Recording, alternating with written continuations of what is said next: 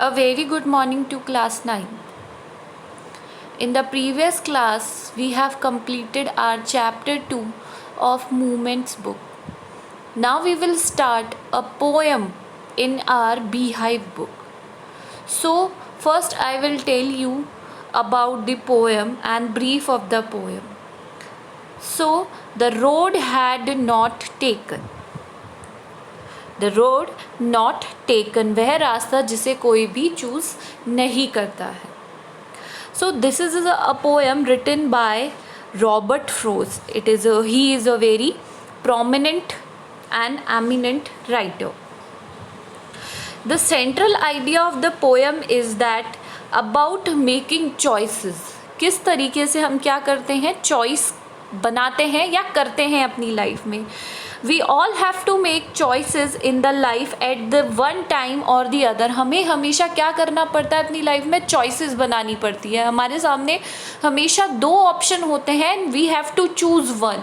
We can not choose both the option at one time. हम हमेशा या कभी भी जो दोनों ऑप्शन दिए हुए होते हैं उनको एक साथ अवेल या चूज़ नहीं कर सकते हैं. इसको पोइट ने रोड्स के जो हैं उसके पॉइंट ऑफ व्यू से बताया गया है. एंड रोड्स की उसकी डाइवर्जन होता है. आपने देखा होगा रोड्स में हमेशा रास्ते दो तरफ जाते हैं. यू हैव टू, जिस रास्ते आपको जाना होता है आप हमेशा क्या करते हो, वही रास्ता चूज़ करते हो. But in life people are different. कई लोग मान लीजिए दो रास्ते जा रहे हैं और एक रास्ते आपको जाना है जो कि लंबा रास्ता है और एक से शॉर्टकट आता है. And you have to make choice at that point of time कि आपको कौन सा रास्ता उस टाइम पे चूज़ करना है. So this is the central idea of the poem. First I will tell you that there are 4 stanzas. आप देखेंगे 4 स्टैंजाज दिए हुए हैं and we will do one by one all these 4. आपको पहले फर्स्ट 2 स्टैंजाज मैं आज एक्सप्लेन करूँगी and you have to write the explanation part also. आपको इनका एक्सप्लेनेशन पार्ट अपने ओन वर्ड्स में लिखना होगा because this will come in your 9th class exams also and in your 10th also. जो दूसरी पोएम्स आएगी ये बोर्ड का ही पैटर्न है and it will be of 4 marks. आपको लाइन्स गिवन होंगी, lines will be given and you have to explain those lines जैसा कि आप हिंदी में करते हैं. So we will start with the first paragraph. 2 roads diverged in a yellow wood. आपने देखा होगा येलो वुड यानी यहाँ पर येलो को सिग्निफाई किया हुआ है स्प्रिंग सीजन से, जो कौन सा होता है, पतझड़ की ऋतु होती है स्प्रिंग सीजन से. पीली पत्तियाँ.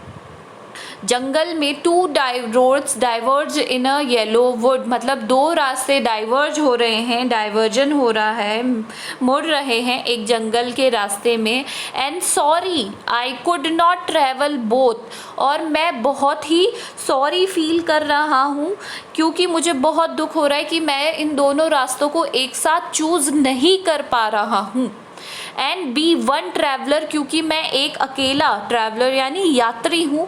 लॉन्ग आई स्टूड वहाँ पर खड़ा मैं मतलब कॉमा है, लॉन्ग आई स्टूड मैं वहाँ पर खड़ा बहुत देर तक.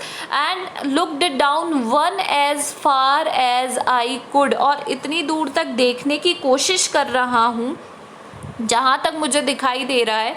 To where it bent in the undergrowth पर मैं यह देख सकता हूँ, वहाँ देखना चाह रहा हूँ कि जहाँ से ये रास्ता कहाँ मुड़ रहा है. अंडर ग्रोथ मतलब झाड़ियाँ, बुशेस.